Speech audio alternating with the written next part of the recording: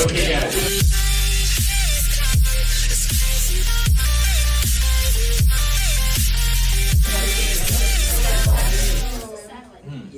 Okay, guys.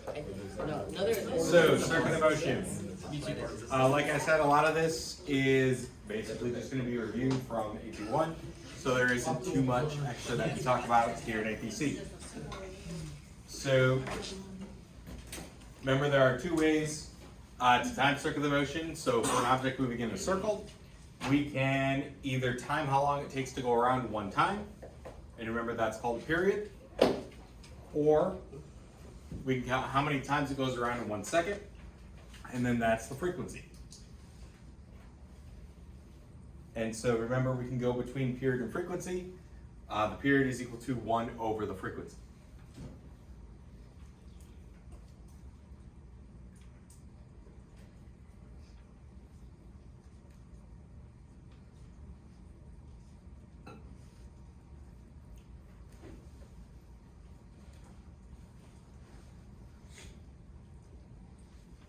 What's the difference between a rotation and a revolution?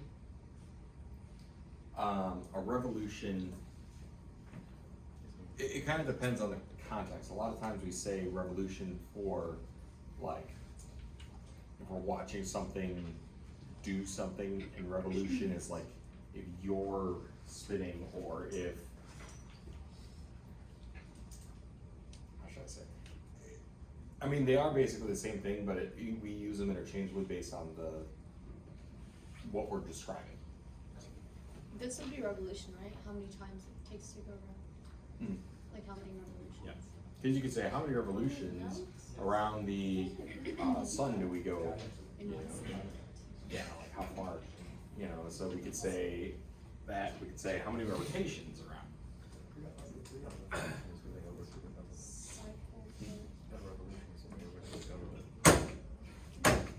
That's all. That's brilliant. Wait, that's per second. That sounds like a rate. The Zombies theme song has the word revolution. Allocate the correct rate. Oh god. Have you even seen Zombies? How much you don't know. Cycle per second. What? Oh,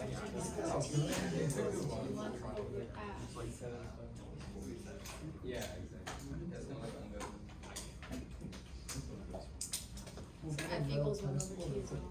Right? What is that? What is that? Like those people that just buy like whole raw.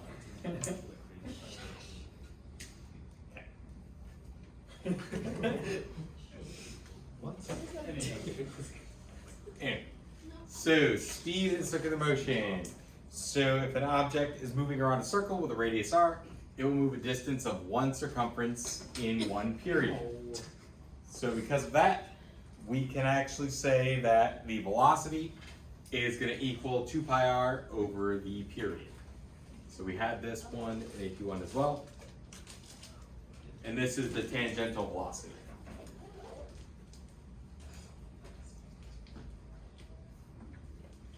Remember, since the direction of motion is always changing, it'll always be tangent to the path, so that's why we call it tangential velocity.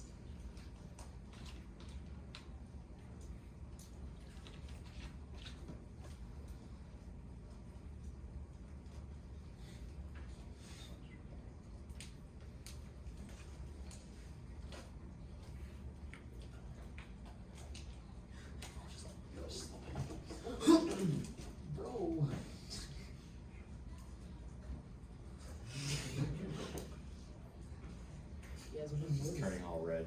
He's turned into a tomato. He's evolving into a tomato. Stage 1 and then stage 2 is Devolving? tomato.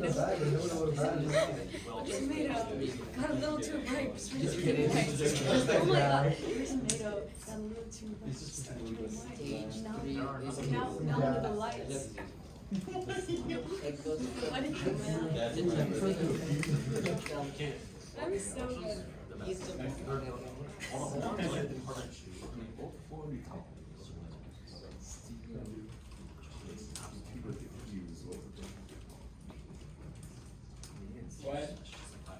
Wait, Sit down. Bro, I just wanna go to the next Should not do slide. that. No, because you made like a gesture. Anyway. Okay. So, acceleration and circular motion. So an object in circular motion always has a changing velocity because it's always changing direction. So because of that, we have an acceleration. The acceleration must have a component perpendicular to the motion to cause that change in direction. And so we call that acceleration the centripetal acceleration. So that centripetal acceleration, remember, is always toward the center of the circle. Remember, centripetal just means center seeking or center directed.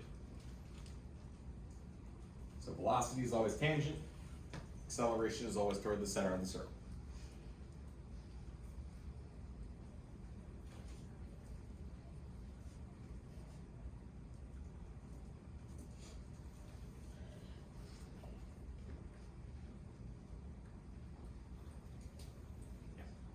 So if we so if we say that the acceleration is a vector, so the magnitude of that vector would be constant. Yes.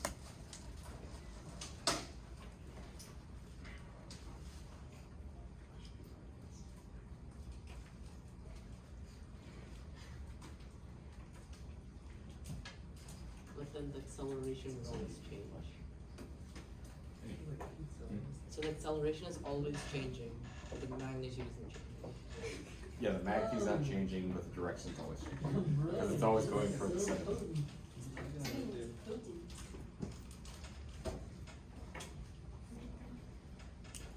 Like what's the direction of But acceleration? just share the glass. Okay, so there's That's not what I'm trying But to do. that's what it's- I'll give you a full glass of it, like not There we go. My Are big you saying smell actual- still. Maybe you should do It's really absorbing the smell. Dude, it's so bad. Not you and It's so bad. not you and not that. Gas is going No, but I'm not hungry. This is actually making me less hungry. It's a foul smell. No, he's eating right now. Oh, we got another slide. Okay, One so remember the equation for centripetal acceleration. So an object going in a circular motion with a radius of r and the speed of v, the magnitude of the centripetal acceleration is going to equal the velocity squared over the radius.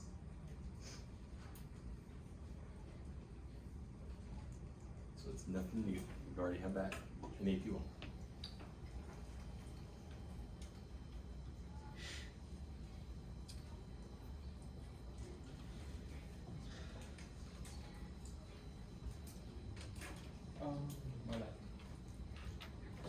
What's up, yeah? Why wouldn't velocity over change in time like work? So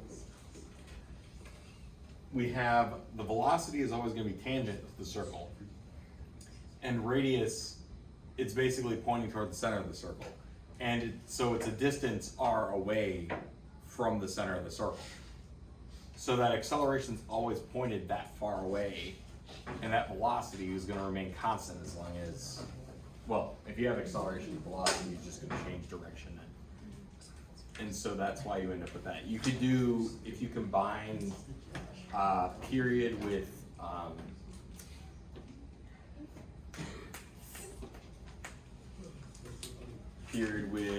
circumference, you'll actually get this out of it. Yeah. Can we find the acceleration from the derivative from the velocity function? Possibly just not enough. Yeah, we do it. Wait, So but that's Like derive it? so would we just how would we do that? Would we differentiate the velocity? No, We don't have to. integrate the velocity function to get that.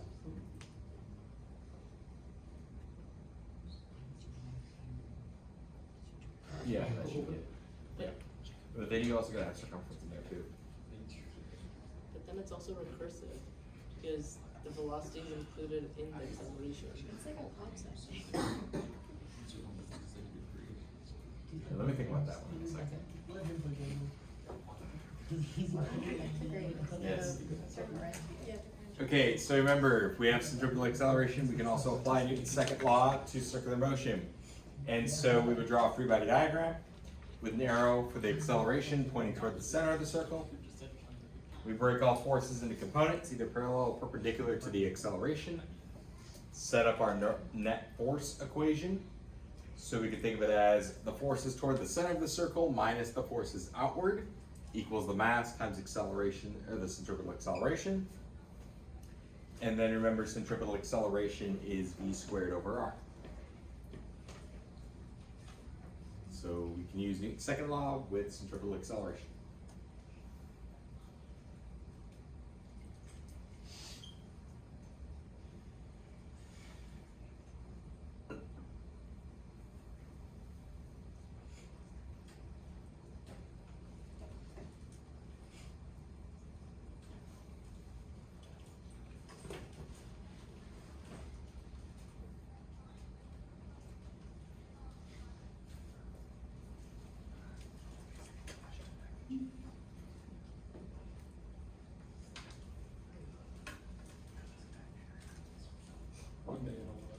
Anyhow.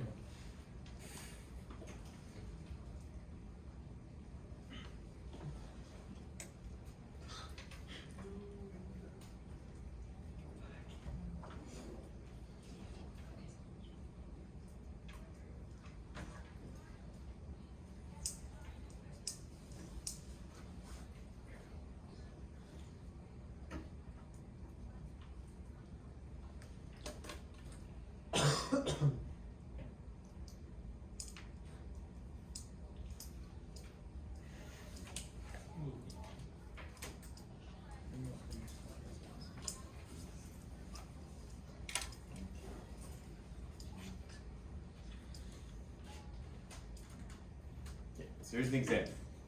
What is the normal force exerted by the track on the roller coaster car at point A if the car is moving at a velocity of v? So at point A, it's the bottom of this dip here, and it has a velocity tangential to that of v. So we want to write an equation for what that normal force would be. Well, the first thing is we need to draw what? Free body diagram. Draw the free body diagram. So at point A, our free body diagram, we would have the force of gravity down, normal force up. Well, since it's about to go in a circle, well, it is going in a circle, we have to have an acceleration going which way? Towards the center of the circle. Toward the center of the circle. So that means which one's going to be larger? Normal.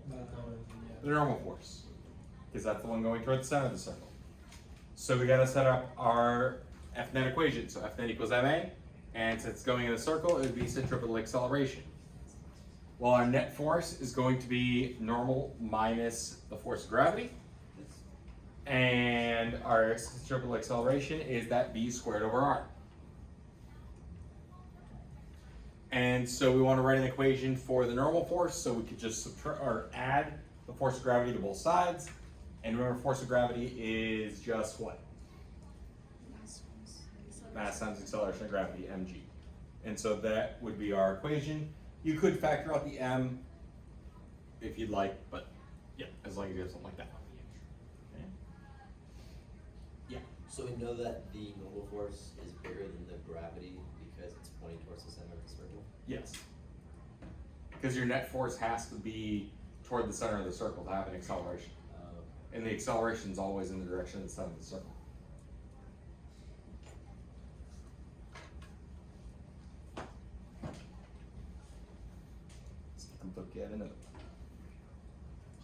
Now it's at the top of the hill. What is the maximum speed that the roller coaster car could have at point B and still remain in contact with the track? Because I mean, we hope so at least.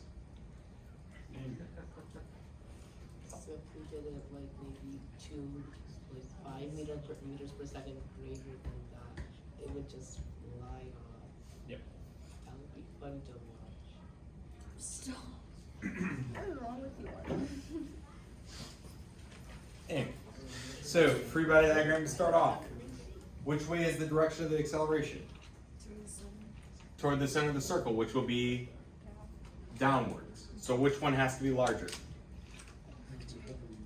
FG. So So force of gravity has to be larger. So net force equals ma, centripetal acceleration still. So force of gravity minus the normal force is equal to mass times the velocity squared over radius. Now, our normal force, if our normal force was 0, Oh, we can give it. what would that mean with the cart and the track? The largest acceleration. And that downward force Well, it's accelerating, so net downward wouldn't be 0. Like it would fall. If your normal force is 0, remember, what is the normal force? Like, what is the definition of normal force? It's in Not contact quite. with the roller coaster. Or just Yeah, it would be the contact. Normal force, remember, is like a supporting force. So if you have no supporting force, it's not in contact with the track anymore. So it can't be zero. It would literally fall, right? So if your normal force is 0, it's not in contact anymore. But if your normal force is anything greater than 0, it is in contact. So we're looking for that maximum point. So let's find out what that would be if it was 0. And then we know it has to be something less than that.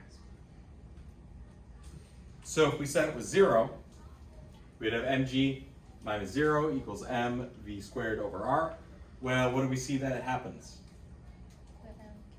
The masses cancel out, so mass is irrelevant. We're left with gr equals v squared, take the square root. And so the maximum velocity is going to equal the square root of the acceleration of gravity times the radius of that curvature, or the radius of the circle. But when you say maximum, like it's impossible, right? So, yeah, so like if we said, let's say the radius was, I'm trying to like, we could want to know what would be. Let's say, no, that's not gonna work. Well, let's just say if the radius was like 10 meters. So 10 times 10, then take square root of that. So 10. So if the radius is 10 meters, if we have a velocity of 10 meters per second, well, it's flying off at that point. So we have to make it go slower than that to keep it on the track. So that's what this equation is telling us. We can't go that speed, we can only go less than that speed. What if radius is variable? On a roller coaster? So, Yeah, like, okay. you have something that's. I mean, Like not a nowadays, circle. I guess that would be. But, There overly- are some interesting ones. So like, instead of a circle, it's like a big oval. So like, there's a big radius of which like it's tiny and big. That makes sense. So you would have to figure out, okay, well think of it this way. If radius increases, your velocity can increase, right? So you would find the smallest radius of that section, and then that would be the fastest it could go. Because if you exceed that, you wouldn't be flying off at the bigger sections, but when you get to the smaller section, it would fly off. But that makes sense. You live over here, but if you go there, you're gonna. Yes. Remember, with circular motion, a lot of times College Board tends to use a lot of roller coaster problems. So that's why these examples are roller coasters. I hate it whenever the So here's another one. So what is the normal force exerted by the track on the roller coaster car at the top of the loop if the car is moving with a speed of v? So at the top of the loop, what would our free body diagram look like? FG is greater than FN. So Fg is greater than Fn, but which way is Fn? It's possible. It's also down. So the normal force is pushing down, force of gravity is also down, so our free body diagram would look like this. I don't like this. I remember this was my bonus problem. Wait, no, the bonus problem from last year was this airplane ride. It was like going in a circle. Oh, like how many feet would it pass? Like Yeah. these Yep, chairs. yep, yep. I remember that. In the previous I remember one, it. No. Okay, so once we have this, net force equation, Fn equals ma. So here, it's the force of gravity plus the normal force is our net force. So mg equals our normal force and we want to solve for the normal force. So then we can move mg over to the other side, subtract it from both sides, and so our normal force is equal to the mass times velocity squared over r minus the mass times acceleration of gravity. Any questions on that? How does that work? Shouldn't something be pulling the roller coaster up? So Car. because it has the velocity, it's what's keeping it in contact with the track as it goes around. So because it is moving, it's still in contact, even though, yes, it would make sense if it was stopped here. Well, now our forces are down, what's it gonna do? It's gonna fall. But because it's moving, it's able to keep moving. But if it were to just stop at the top of the loop, it would just. And so, ooh, actually, I should get that out tomorrow. I have a demo. I keep forgetting every year. I keep forgetting to get it out. So now I just remember to probably get it out for tomorrow. Where it kind of shows this.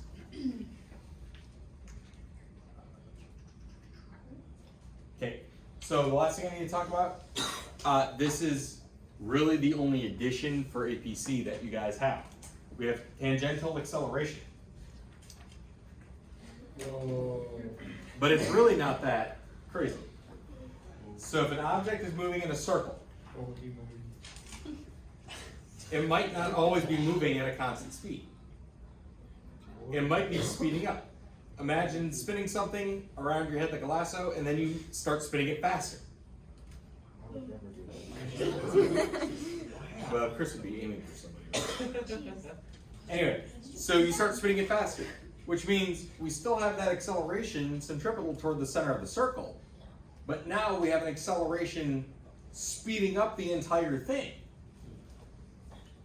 Okay. But they're not going to be in the same direction. We have that tangential acceleration, and we have the centripetal acceleration. So since we have both, we have to find what the total acceleration is. And so just to find the total, basically we just got to use Pythagorean theorem, because this makes a triangle. So we have one side of the triangle, we have the other side of the triangle, got to find the hypotenuse. It's just like as if we had one rope pulling in one direction, another rope pulling in another direction. What's the net force? We know which direction that's going to be. Now we're just looking for the magnitude of it. And so all we got to do is Pythagorean theorem. So, why does it continue to go in like a circle if like the direction of the acceleration isn't, The center. yeah. So the reason why it goes in a circle is, think of if you had, like my example with like a rope spinning something above your head. Well, the length of the rope isn't changing. So it's forced, that radius is forced on it. And you're trying to make it go faster. So you're increasing the tangential velocity. Well, to increase the tangential velocity, you're making it spin faster. There's still the centripetal acceleration keeping it going in that same circle, the same size circle. But it's increasing the velocity of it actually rotating. And so there has to be an acceleration just doing that. So there's the centripetal acceleration keeping it going in the circle, and then there's the tangential acceleration actually making it go faster. So if you had like a satellite that was going around in like circular motion, like orbiting a planet, and then you just accelerated it with like rocket boosters or something like that in the direction of the velocity, would it leave the orbit? Because the acceleration. Yes, and so that's the other addition to AP Physics C that we talk about, and that'll be tomorrow. Oh. We talk about escape velocity. The rocket booster unit. So, like, those, Ain't no way you can use the checkers before. does, as acceleration, like tangent is increasing, does the centripetal one have to increase too? So it doesn't have to, because the radius, as long as the radius isn't changing, then that centripetal acceleration is going to be the same. But if velocity tangential is increasing, wouldn't the centripetal acceleration also increase? So let me say it like this. The force will increase. So yes, actually, your acceleration would increase. You can think of it like, okay, if you're spinning something above your head and you spin it faster, well, now there's going to be more tension on that rope. And there is a point where you swing it fast enough where it'll actually break the string. But if it's not breaking, then yes, the acceleration toward the center is going to increase, but we don't really notice it, but it's increasing in the form of tension. Because remember, in the direction of the acceleration, your net force increases. If AT is greater than AC, will it leave? No, it's just gonna keep going faster. Just gonna keep going faster. But we're assuming whatever's holding it in AC, what the AC is not breaking. Sooner or later it could, and then it would. But that's when you get like the breakage of the rope or whatever you're using. I believe I do actually have a question that says, when the centripetal acceleration reaches so much, that's when the rope breaks, or like a rope can only support this much force. Calculate the tangential velocity maximum. I believe that's one of your homework questions, if I remember. So, yeah. Are there 2 on both sheets? Okay, so an example of this, guys. So, No, I don't.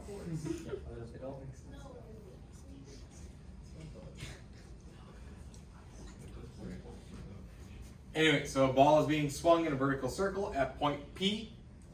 The speed of the ball is 5.4 meters per second. What is the acceleration of the ball at point P? So, vertical circle, so up here, we have, I'm saying vertical circle, so I'm spinning it like this. So at the top, what do we, or actually we're just looking for point P. So at point P, what would our free body diagram look like? Gravity down, tension to the left. So gravity down, we have tension to the left. Okay. Now, in terms of acceleration, we know we'd have to have our centripetal acceleration toward the center. And then we'd also have our tangential acceleration. Which way would our tangential acceleration be? Well, if it was going down, then it would be going up because it's going counterclockwise. So our tangential acceleration is up, and our centripetal acceleration is toward the center. So, what direction would our total acceleration be? Kind of like that. Okay. And so to find this, we just need to find what our centripetal acceleration is and our tangential acceleration. So here we just have the force of gravity. Okay. So we have the velocity at this point. So we can find the acceleration.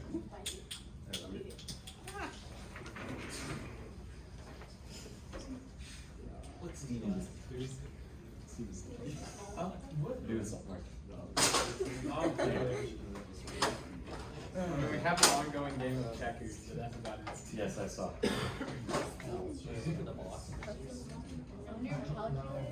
Mr. Zach, He's paying attention. What's up? how do you know that there's a tangential acceleration? So it's saying, okay, well, okay.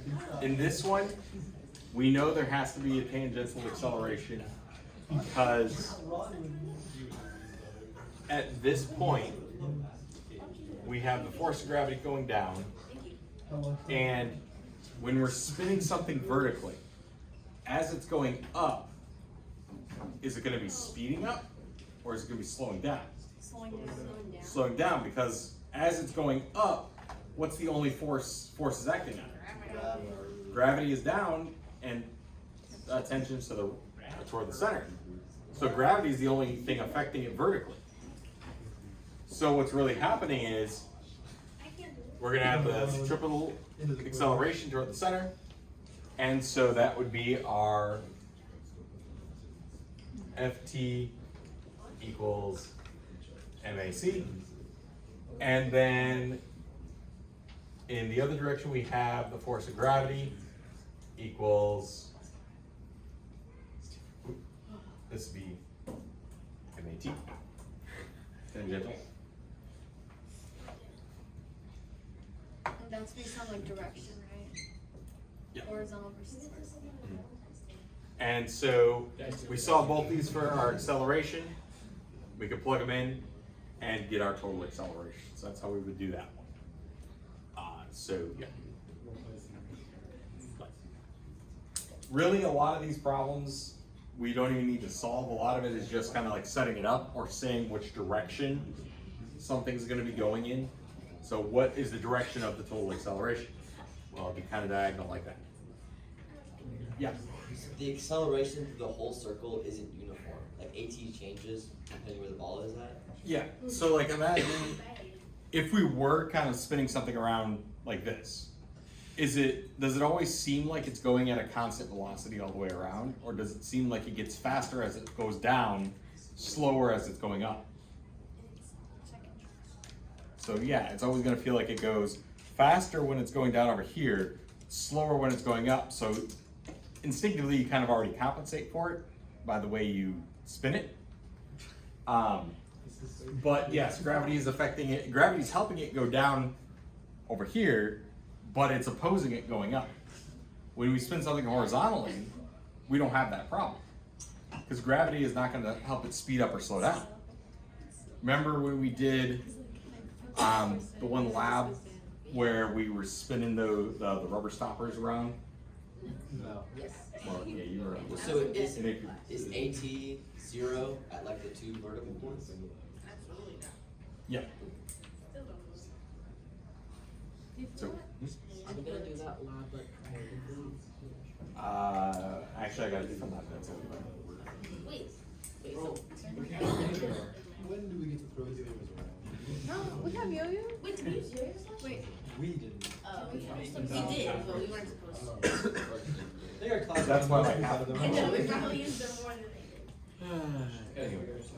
Okay, guys. So I do have a practice in your OneNote for this, and I didn't actually think it was going to be that long. So what I want to do is let me pass back your test real quick. We'll go over that, or go over the key, and then. Wait, Is who's no that one. job? No, you just, you Yeah. can FT over and. Let me just start reading. Yeah. Okay. So you have the velocity. 5, 6. Solve for the acceleration because we only have the force of gravity down. 1, 2, 3, 4, 5, 6, 7, And so then find the tension force.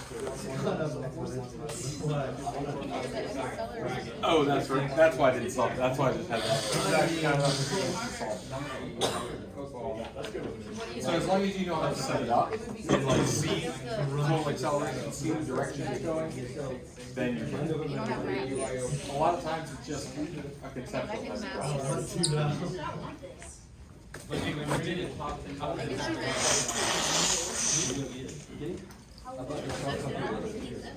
Mr. Zachow. Okay, so 1, 2, 3, 3, 2, 1, Mustang. 1, 2, 3, 4, 5, 6, 7, 8, 9, 10. Michael. 6, 5, 4. okay, this is what we'll do, guys.